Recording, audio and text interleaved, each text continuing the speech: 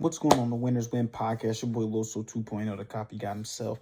And today we're going to start talking about the first step in our financial journey that we're going to start taking together, right? So I got some things to work on, you got some things to work on, and Tony Robbins is helping us along the way, though.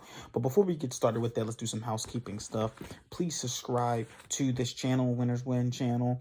And if you're watching, watch this on YouTube, please like this video, share this video, comment below. And if you listen to this on any type of podcast episode, please give me 5-star reviews and leave a review below, because I love to watch your read your reviews and then see how I can pretty much grow from there. Before we're getting started with that stuff, man, pretty much just tell you guys what's going on with everything. Don't you guys just hate gossip?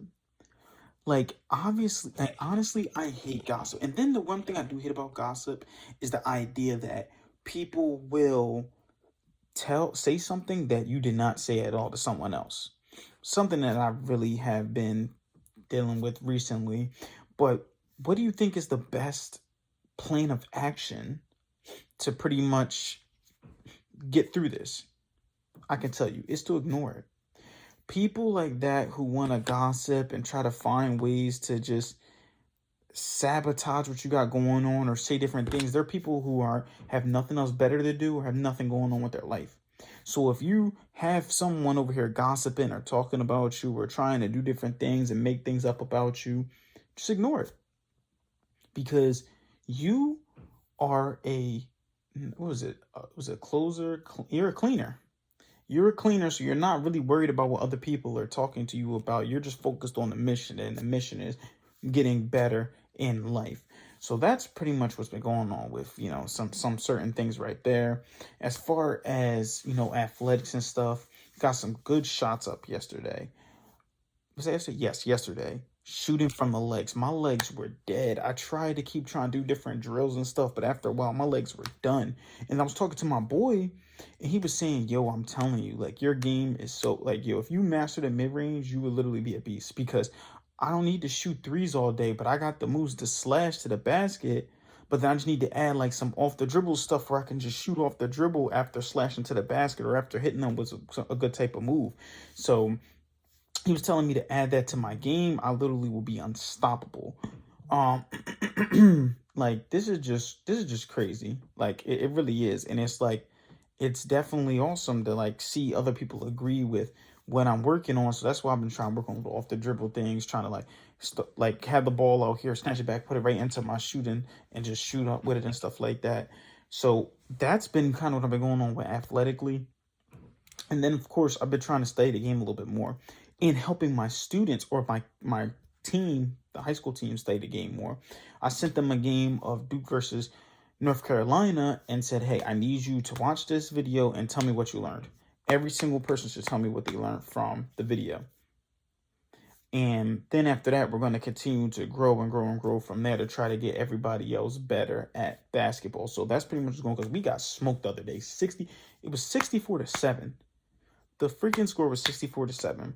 And they were upset about it. Today, they scored the most points they ever scored ever. But they were upset about it. But we also got a lot of work to do. And I told them it's a lot of stuff that's not going to be fixed during the season. It's going to be some off-season work. But it's just about getting better each and every day. Now you score the most points you ever had. Now, next game, let's work on the defense. It's about one thing at a time. But sometimes there's so many things to focus on. It's better to just narrow it down and then just focus on something as much as you can. And that's pretty much what I was telling them as well. Now, also, with my business as well, that's what I've been doing too as well, right? I have my monthly goals, but then I've been looking at my yearly goals, and I almost feel like I wasn't even getting started on them. So what I decided to do was start to narrow down. Every time, just do something new for my business yearly. So today I started looking at some LLC stuff, didn't get it done. But I know for LLC, before I get that stuff done, I need my logo, I need my website up, and then I'm going to start doing some clothes and stuff for my business so I can start wearing them with my stuff instead of having these just any shirt on and stuff, and then start really bringing out my message, because it's about branding 24/7. How can you keep branding your business 24/7? So that's really what I'm really just excited. I'm telling you, 2023, because it's 2022, 2023 will be the year for me. Will be the year that I win, the year that I'm winning every single day. 2023 is going to be a big year for me as far as winning. It's going to be a big year for everybody that's watching and listening to this podcast, because you're all winners if you will listen to this podcast.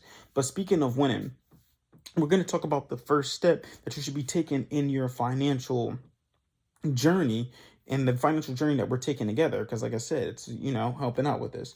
So, the financial journey we're taking aside now, the first step is about deciding on how much money you're going to start putting into your freedom fund, or percentage of money you're going to start putting in your freedom fund. So, your freedom fund is what we say a savings account, right? So your savings, you should have some money put aside just for emergencies, correct? But on top of that, you should also have some money, like I said, put aside for emergencies. But at the same time, you should also have money put aside to start going towards your freedom fund. So not just keeping in a savings account where your money's actually depreciating, but start putting into other types of things that I'm going to learn about in this book, like real estate, things that actually bring you some type of cash flow or that. So what percentage do you put in your savings? Someone was saying at the minimum, you should put 10%. So a minimum, you should put 10% of your money into your savings. So 10% of what you earn should automatically go into savings before you do anything else. Now, how do you do that without trying to always thinking about going into your savings? I forgot. I just read the quote, but somebody said the easiest way is to make your savings automatic. So, when you sign up for a job, they ask you, okay, how you want this money deposited? So you could put 100%, this, and a third, right? So you put the account that you want. You can actually put the savings account that you wanted to be automatically withdrawn into, put 10% and put there. So that way you don't even see the money. So it's not a matter of putting money away because it's already just put away without you even having to do anything.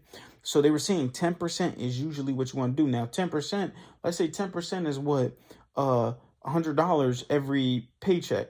Then, you pay every 2 weeks. So you make $200, right? Paycheck. By the end of the year, you save $2,400, which may not sound like a whole bunch, right? But then you put the $2,400 in a account that has an 8% accrual or something like that, right? So let me see, times 0.08, 192 plus 2,400 plus 192, right? So then let's say the first year. So after the first year, putting the savings in there, you make about $2,592. Then after that, you put another 2,400 in the next year, and then that's that times 0.08 is 400. So you're looking about the next year, you're closer to that 5,000 some change, right? And then each year keeps compounding up. It's utilizing the idea of compound, which is funny because me and my friend were just talking about that. He was saying, yo, I still didn't finish all these books. I'm still reading the 10X book. I'm still reading this book. I'm reading that book. I said, bro, when you're reading these books, all you have to do is find a number to do each day. So before, for me, the number was 10. Lucky number was 10. 10 pages. So I read 3 books at a time. It was 10 pages, my fault, 4, because it's a book for my mindset, a book for a skill, a novel, and then the Bible. But my lucky number was 10 or 1, right? So it would be 10 pages a day. So I read 10 pages from my motivational self-help book, 10 pages from a skill, 10 pages from the novel, 1 chapter from the Bible. But now, as I'm trying to keep immersing myself in knowledge and keep doubling up on everything, I decided for this month in particular, I will double up, just like I did with the podcast episodes. So lucky numbers 2, 20 pages of the mindset book, 20 pages of skill book, or 2 chapters, because the way that book is kind of set up. 20 pages of a novel, 2 chapters of the Bible. And that way it's compounding. So then you do 20 pages from a book a day with 30 days in a month. By the end of the month, you've read 600 pages, which is 600 pages that you wouldn't even read if it wasn't there, right? And then that's, that puts it in there, right? And that puts it, just like if you work out for 2 hours a day for 30 days of, 30, or let's say 22, because you want to get 2 days off, right? So 2 hours times 22, you done worked out 44 hours. Then you times that by, you know what I mean? That's in 1 month. You times that by 12, that's 528. Then you times that by 10 years, that's 5,280. So then and you got to get your 10,000 hours. So that really means you need to work out 4 hours a day. But you see, it's compound interest. It keeps compounding. You get a lot more done if you just focus on the small bit that you got to get done each day. That's a small bit. I don't know why I threw out the delta sign. But that's really all I have for you guys today. Just decide on how much money that you're going to put aside and make that automatically come out so that you can start building that in order to put into other money machines that are going to make you money and take your place. Because right now you're the money machine. You're trading time for money. So try to find something else in order to do that. Keep killing the day. And just remember, you pray for success like this. 2.0 out.